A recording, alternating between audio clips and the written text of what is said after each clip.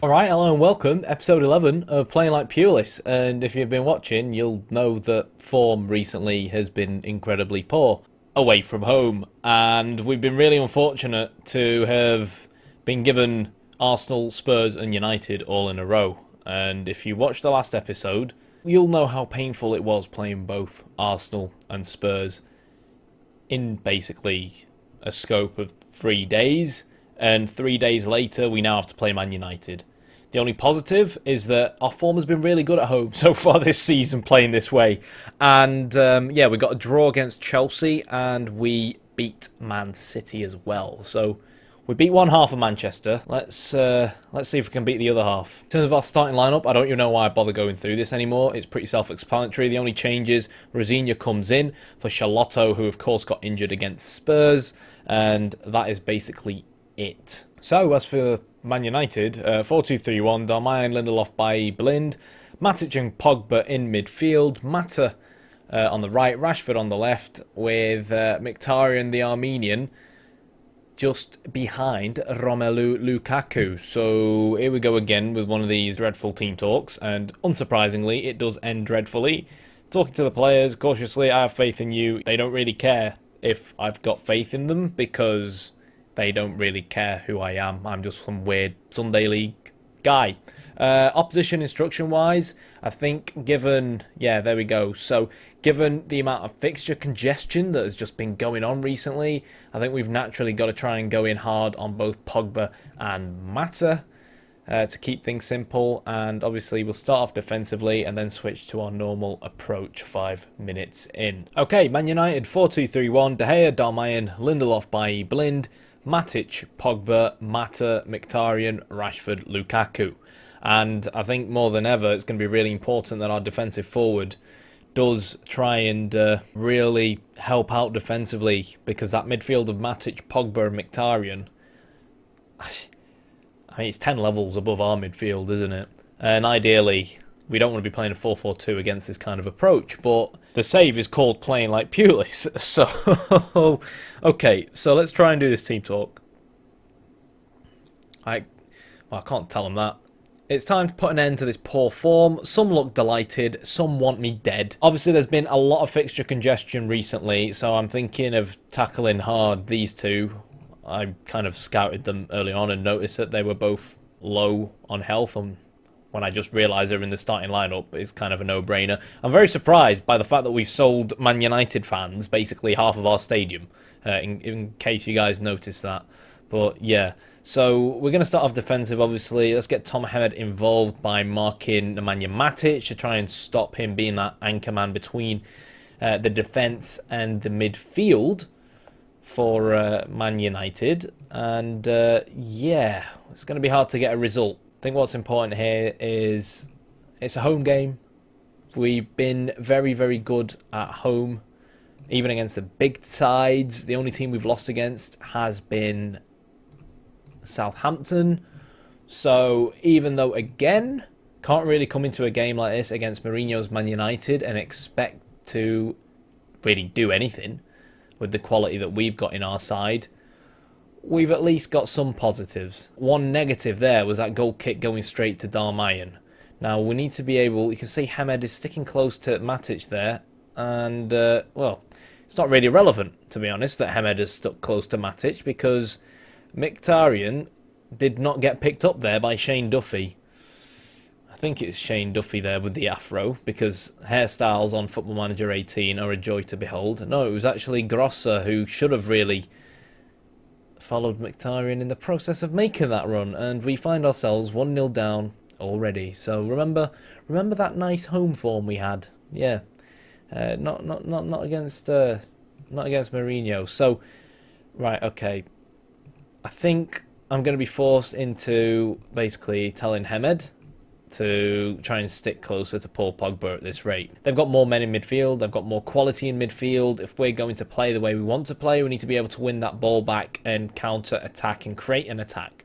And with 25 minutes gone, we're not really capable of doing that. All we've really done so far is win yellow cards. So going into half-time, I'm not even going to bother going defensive. We're probably going to see Man United be forced into making a couple of substitutions, with Pogba on 48 and Mata on 58.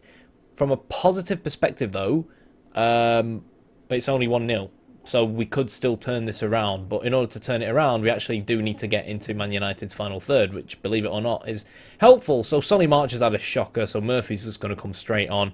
Naturally, as well, Proper will come on in midfield. I want to take Kayal off as well. Instead, I'm going to tell him to calm down and leave Stevens as an option.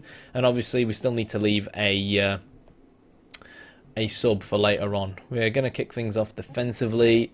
We're going to tell Hamed to focus more. Well, okay, there we go. Pogba's come off. So how does their formation look now? It would be nice if I could see this, wouldn't it? Can we go to the pitch and maybe add a widget to figure out what on earth United's formation is?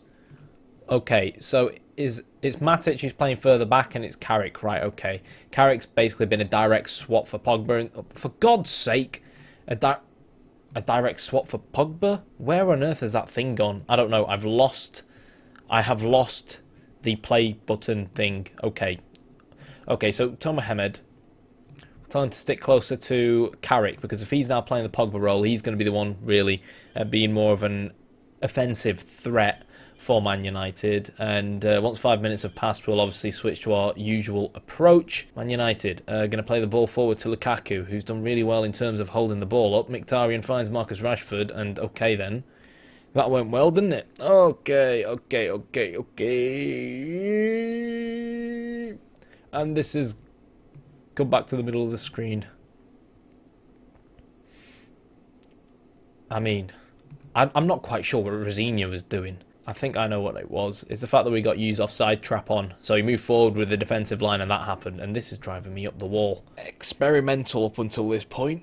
It has to be said, lads, in terms of playing the Pulis way. And even though I think we've created something special against the smaller teams that really does replicate that style, I think in terms of these bigger sides, regardless of the draw against Chelsea, regardless of the win against Man City, on a personal level, I am still incredibly unconvinced by it. And yeah, we've reached the end of the game. So, to be honest, obviously this is only a one-season save. I'm really intrigued in seeing... Now, I can sit and blame dynamics and whatnot, but I'm not going to sit and blame dynamics. Wow, Lewis Dunk just casually dribbled the ball out of play. What I'm really intrigued in seeing is honestly how we cope against, you know, the non-top 6 sides going into the remainder of the season. Now, the aim is obviously kind of a mid-table finish, maybe European spot if things start to go well, but I'm really intrigued to see whether or not we can still get decent results against your Burnleys, against your Swanseas, against your Crystal Palaces and whatnot. And if we can get good results against them playing the right style of direct football, then it makes me wonder whether that could be paired with a tweaked version where you are the significant underdog rather than just the standard underdog. Because let's get this straight, right? This Brighton side is fighting for relegation, and based off how things have gone so far, we've steered them pretty far from that. If we take a look at the Premier League table, obviously Leicester are in 18th place, Palace in 16th, and we're not far behind. But again, it feels like with some of the games coming up, your Watfords and your Newcastles and your Evertons, that a couple of decent points in those games, as we know we're capable of doing, and before you know it, you've shot straight up back up the table, and we're well in contention for a mid-table spot once again. So it makes you wonder, you know, if that ends up being the case and our experiment is successful, makes you wonder whether you could maybe build an experiment on top of that where we just change our approach up against the bigger sides.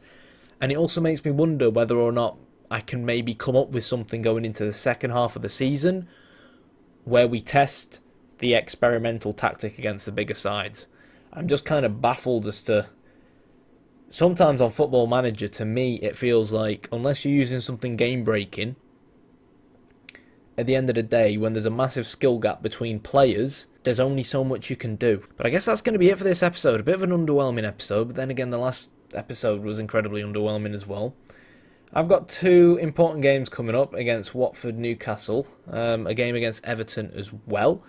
Now, in terms of next episode, I'm not really that fussed about the Carabao Cup, so I'm thinking of potentially making the next episode the final kind of game before Christmas, which is against Tony Pulis himself on the 23rd of December, simply because it would be really interesting to see how our approach fares against the big man himself.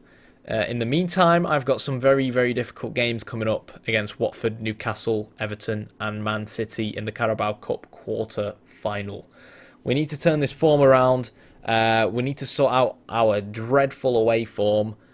And with the January transfer window coming up, I think if I can get given a bit of cash to spend, bring in some ammunition in the right areas, you never know, it could end up being a decent end to the second half of the season, and we could go on to prove that tactically, playing like Pulis could be possible if you've got the right resources and the right approach away from home against the top 6 sides.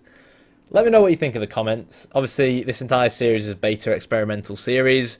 I'm disappointed it's gone pear-shaped. I blame the person who said I was going to win the Premier League in the comments earlier. And yeah, I'll see you next time. Just remember to hit the like button and the subscribe button.